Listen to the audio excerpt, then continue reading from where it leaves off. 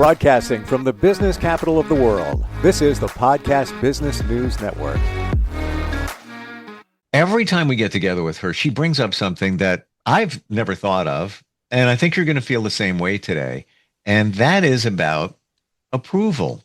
So many things we do in life, we think we need to get approval. We think we need to have approval.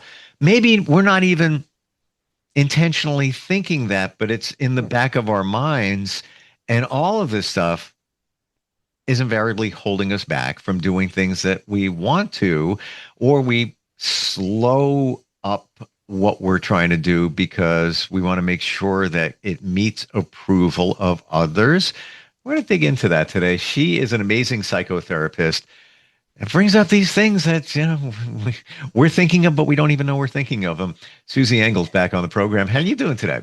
I'm fine, Steve. How are you? You make me think. Like, I'm thinking about this, the approval thing. I'm gonna actually feel that it happens all the time, pun intended, without our approval. We're just doing it, right?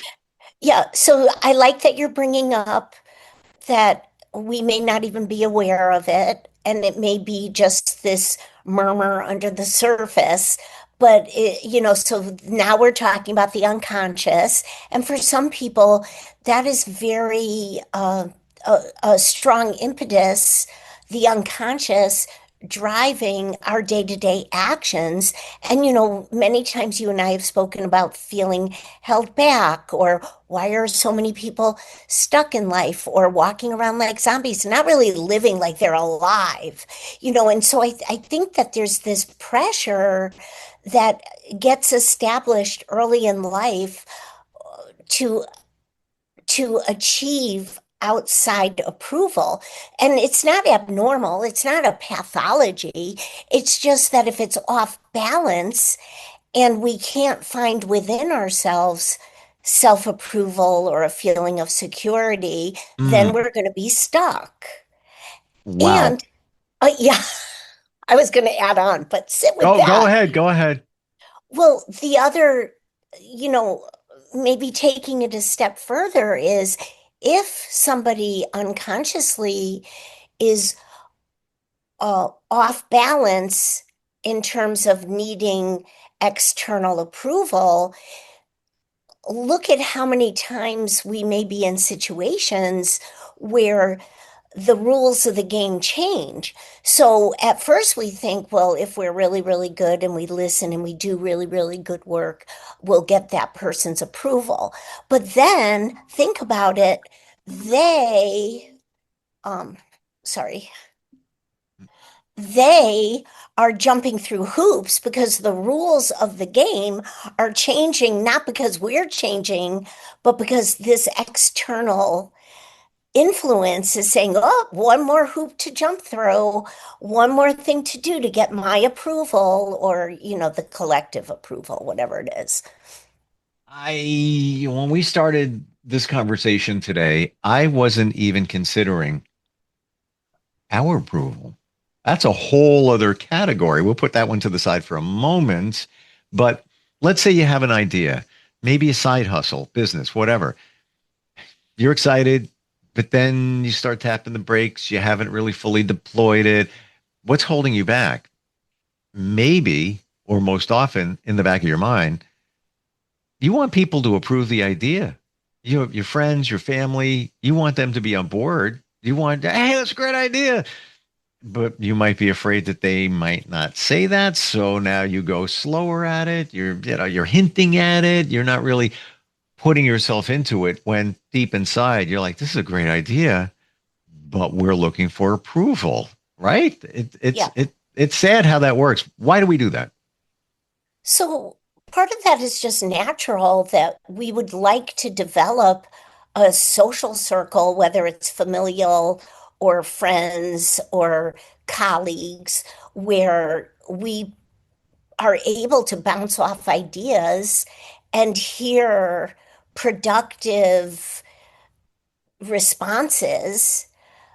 But seeking approval is a little bit different than this. Seeking approval is speaking to a deep-seated and again unconscious insecurity where we cannot move forward if somebody doesn't give us the go ahead or the approval or the and who gave these people authority. Like at some point even children can gain a sense of agency and feel like, no, I'm going to give it a go, I'm going to build this the way I think it should be built, and if I fail, which is probably another reason why people do this, seeking Mm, approval, if I fail, I'll start over. I'll look for where the failure took place and I'll resume the work from there and take a different turn, right? But then now we've got the whole, how are we informed of failure?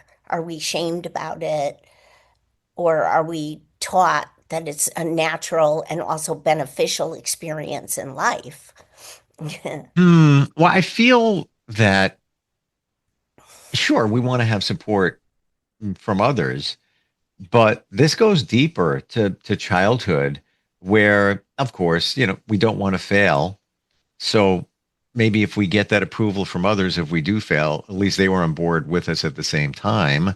Um, do you feel it real? Most of this goes back to childhood. Yeah, I always do. I always think that we always have to think about, if we have day-to-day problems, what's the root of these issues? It's not a superficial process. It's not just, oh, I'm feeling symptoms of this or that, like depression or anxiety, those big umbrella. No, it goes back to much deeper, deeply rooted beginnings of our developing our perception of our world, my Susan Engel's world, your Steve Harper's world. It's our perception, but who's informing us? And the problem is, it's not, I think it's a falsehood to be brought up believing that we don't want to fail or we shouldn't fail. I think that that even is other people's, shame. Like if I'm a parent and my child fails, is that a reflection of me? No, my child failed. It's normal. It's natural. This child, if left to his own devices, will learn from that. And it's the beauty. Like, look at how we don't have to tell kids how to crawl or how to walk. The children learn all on their own without other people interfering with what the standards are. And the learning process goes very beautifully. And I think that that could be generalized throughout life, in transferable ways. Yep. Yep. Yep. Yep. Okay. The fear of failure is real, though, isn't it, for many of us? I mean, it all depends on how you were informed about failure. If you were taught, I mean, there's a beautiful book. It's a very quick read. But I think the beauty of the book is the title, The Blessing of a Skinned Knee. And I think it has to do with attachment and parenting and things like that. But I mean, just the title, you don't even have to read the book to get the message Right. that failure, like the blessing of us of the skin. I mean, it's just a beautiful title, right? That is really, really good. I gotta say, Yeah, when you think about that, as a kid, we all were, or as a parent, that you never want your kid to get hurt, and the skinned knee, you feel their pain, like, oh, huh, baby, I'll take care of it. Like, I don't like that. it's going to heal. It's going to Yeah. be okay. It's And all right. I don't like that. It's just too like it developed. I mean, I think it plants seeds for codependence. I think it's planting subliminal messages or unconscious information about you can't handle it and I'm going to make it all better. Now, that self-soothing or co-soothing or the parent soothing, that starts in infancy. But after infancy, when the child learns co-soothing and the independent soothing, self-soothing, that's where we have to I mean, we're talking about parenting, but it's also in all of our relationships. And we've talked about this. I'd much rather somebody, you know, I'd much rather somebody realize that my colleague or my friend or my relative can handle it and doesn't need me to step in and interfere with unsolicited advice or, jumping in before they're feeling whatever they need to feel to learn from that experience. Does it make sense? Yes, especially even when you're a parent and you have an infant and they start crying, and they're in their crib and they're crying in the middle of the night. You want to get up, pick up the baby, but then many of us should just say, keep crying, you'll figure it out, and then you'll stop crying, and then you'll know next time, that you can soothe Well, yourself. especially if the baby is old enough and we know factually that the baby ate enough to Yes. sleep through the night. Now, little infants, they don't have enough capacity, so they wake up and they need more nourishment. Yep. But once the kids, then it's our problem because we don't want the kids to get scarred. Look, my pediatrician, when my son was 9 months old, my pediatrician said, there's no reason for your baby to be waking up anymore. Let him cry for 35 minutes. And I was just like, you've got to be out of your mind. Like, Right. I will never be able to. And I didn't discuss that with the doctor. I just said to myself, when my little baby boy cries tonight, I'm going to time it for 5 minutes and see if I can make it because I didn't know if I could or couldn't. And he cried for 2.5 minutes, rolled over, and went back to sleep and never woke up again. He always went to bed at 6 and woke up at 6 after that. Yeah. But I can't imagine letting my baby cry We've for been there, 35 done minutes. that. I totally get it. I see it in my mind. I'm like rewinding back. And even also, I have friends who are parents with younger kids now. And said recently, yeah, my son came in the bed with me, and I have to do that every night. That's how I'm thinking to myself, no, don't Yeah. do it. What are you doing? Well, it's funny because I read this financial book. I forgot who the author is, but he's some commentator or opinionist. I don't know. But I was eager to read his book about financial investment. It was a very short book, very quick read. But at the end, it was very bizarre because, I mean, not bizarre, but he wrote some of his regrets in life. And this guy, he said, well, one of my regrets is that when my son wanted to come in my bed or our bed, I don't know whether he was single or married, I don't remember. I refused. I don't think that that's a good habit. I don't think that, but this is Susan Engel. This is Susie saying, I don't think it's a good habit. It's something you're going to have to break. The kid doesn't belong in an adult bed. Like, heck no. But this guy, in reflecting about his life, regretted that his child's childhood was so short that he cut him off from that perhaps joy, and I don't know, like maybe this author needs therapy. I don't know, but I'm not like into that. It's Ah, codependence. it is. But then what could that lead to? The child needing approval. I can't go to sleep unless I'm dumbing this down here for a moment. I can't go to sleep unless I have approval. I can't do this unless there's approval. I think it's a setup for potentially some challenges. Or I can't sleep through the night without this outside security. And Yeah. that's not healthy. Like, if we don't develop that feeling of agency and security at a very early age, it interferes with every decision we make. I started a business when I was 27 years old, and there were a lot of naysayers and people who thought it was a ridiculous idea. I'm a chef as well as a psych. I trained I apprenticed with a master chef in New York City, the executive chef of Dean and DeLuca. And it was a long period of time that I apprenticed with him. And nobody cooks and bakes like I do.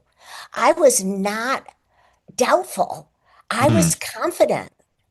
And I never thought I was going to fail.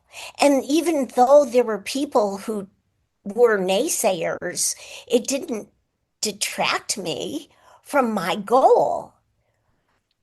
You said the word I was thinking just now, confidence. If we had or have confidence, we don't need approval from others. Yeah. Then think of it that way. How do we build that confidence no matter what it is in ourselves? Well, so a lot of clients who come here, that is their goal. They want to Mm. believe in themselves and feel that felt sense. That's deeper. That's a whole body feeling of confidence, that felt sense of confidence. And what do we have to do? We have to go through this whole process of, were there other times when you did feel this confidence, and what was happening for you, and how did you lose that, and what events led to that, and what's familiar even earlier before you had confidence or lost confidence? What's familiar about the events that caused you to lose confidence if you had it? I mean, we all are born with it. We're all born with a blueprint to flourish. This is just common knowledge, biologically, neurologically, psychoneurologically, evolutionarily, anthropologically. I'm always talking about Alan Shore. This is just common knowledge. We are born with a blueprint to flourish in life. 100%. Because and you think of it, look at young children. They're unstoppable. They don't care. They'll they'll pick up a brush and use it as a microphone at 3 years old and start singing belting songs out. They'll try something different. They'll, to the point where you have to reel them in, like, be careful there, because they no fear, right? Because you're right. Every child is a fresh start with everything they need, the confidence, the creativity, the curiosity. It's all there. And then life begins. Yes, and attachment trauma is trauma that can start in infancy, and we can start seeing babies not thriving, not because of organic brain stuff. I'm not talking about that. That's a Right. different situation. But, kids, babies who are born healthy, when life starts happening, whether it's attachment trauma or other traumas later on, or abuses or neglect, or the stress of the neighborhoods, or what have you, or parents being sick, or parents having a mental health problem, all these things affect, and children. Most of my clients can identify when they lost their free spirit. Wow. Well, with Mm. the process, I mean, they need a little framework, but they're the only ones who know it. We don't know when somebody lost their free spirit. I don't know when somebody lost their confidence or never gained their confidence. Do you mean that sometimes they can trace it back to even childhood where like we're identifying here, assuming a child is healthy and it's all good, Yeah. Yes. everything, 2 years old, 3 years old, and then whatever point people can identify where that ended, that all that stuff that you had as a kid, or a lot of it may have ended. Yeah, and some things are pre-verbal too. Not to get overly complicated, but it's the fact of the matter. Some traumas happen pre-verbal, and we're not going to be able Mm. to say, oh, yeah, when I was 4.5 months old, I cried and cried and cried, and my, caregivers neglected me. We're not going to be able to say that, but we can see the effects of it. I mean, to me, it's just like obvious. I can see the symptoms of it.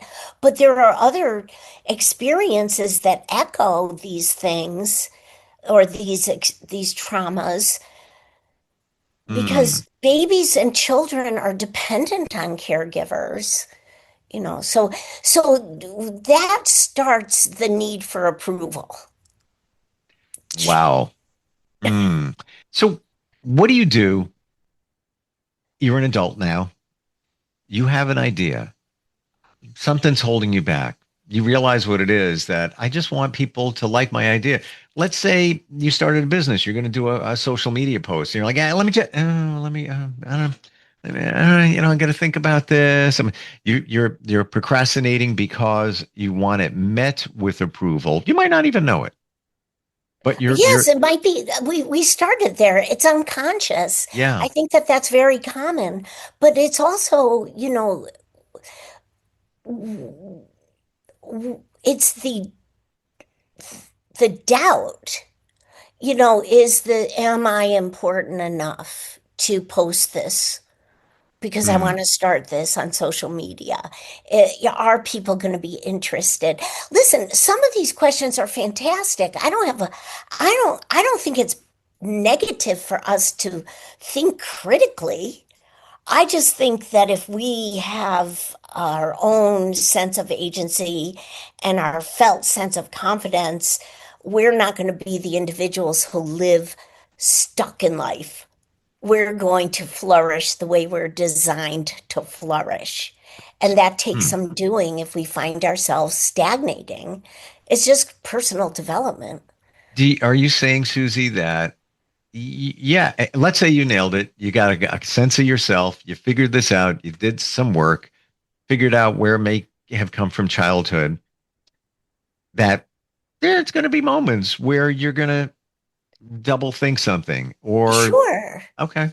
Sure. And I don't think that that should set off, that stress alarm system like, uh-oh, I better not do it. Or, Right.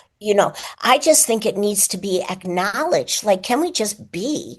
Maybe we're going to have those moments of doubt or self-questioning. I think that's wonderful. It's the same as failing.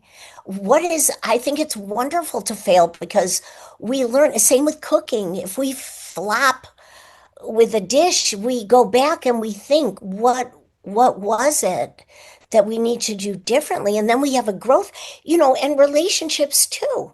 Then we have a growth spurt. I can finish sentences.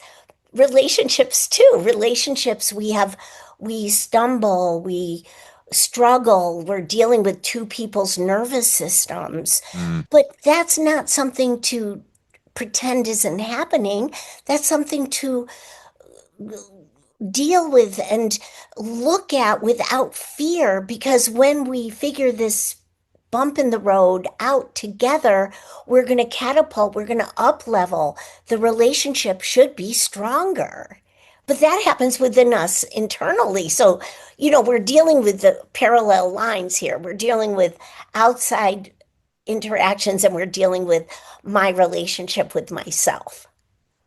Would Does you it make say, sense? final thought here, would you say that you want to get to a point where you're not questioning whether you should do something? It's more of you running it through your filter. Just double checking. Let's say it's going to be a post, and some may look at it. Maybe it's a new business or a new idea, and you're like, nah, I better not do that. I don't know how people are going to take it. As opposed to, let me just look this over again, make sure the wording is correct. Let me just give it a second look, and then I'm off and running. More of a filter than I don't something that's know. holding you back.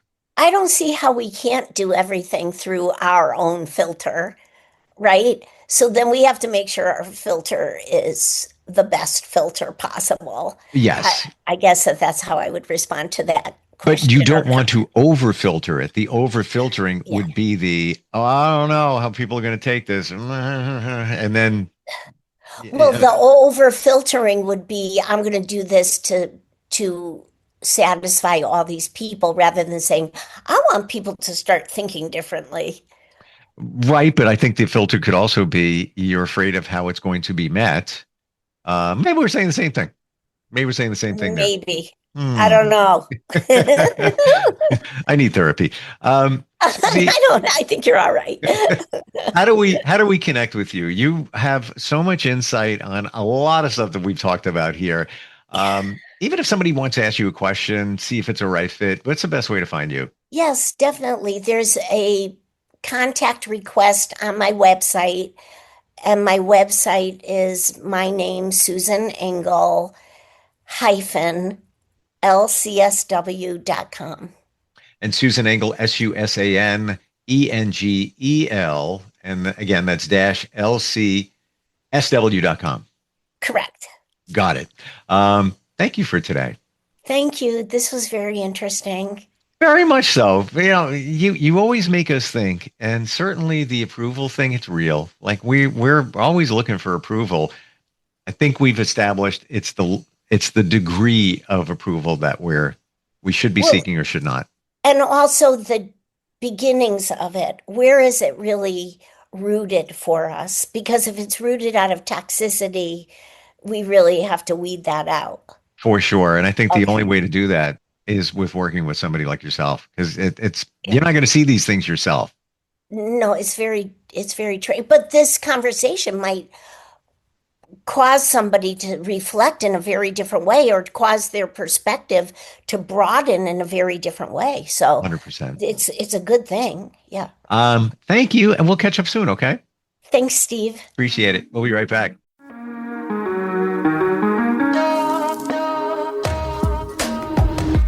Broadcasting from the business capital of the world, this is the Podcast Business News Network.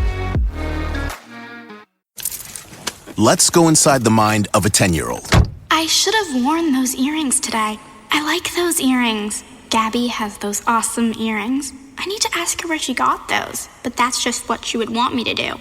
I'll have Michaela ask her for me. Buckle up, Sarah. Yeah, but then Michaela will be like, why don't you just ask her yourself? That's just like Michaela. Sarah, buckle up. Michaela's such a great name. I wish I was called Michaela. There's like a dozen Sarahs in my class. Hey, we're not hitting the road until you buckle up, honey. Oh yeah, seatbelt. I forget sometimes because my brain is like busy, you know? I wonder if there's pizza at school today. Sometimes it can be tough to get through to your kids, but it's not impossible. Always make sure they're wearing their seatbelts, even on short drives. Remember, you have the keys, you have the power. Never give up until they buckle up. A message from the National Highway Traffic Safety Administration and the Ad Council. Visit safercar.gov/kidsbuckleup for more information.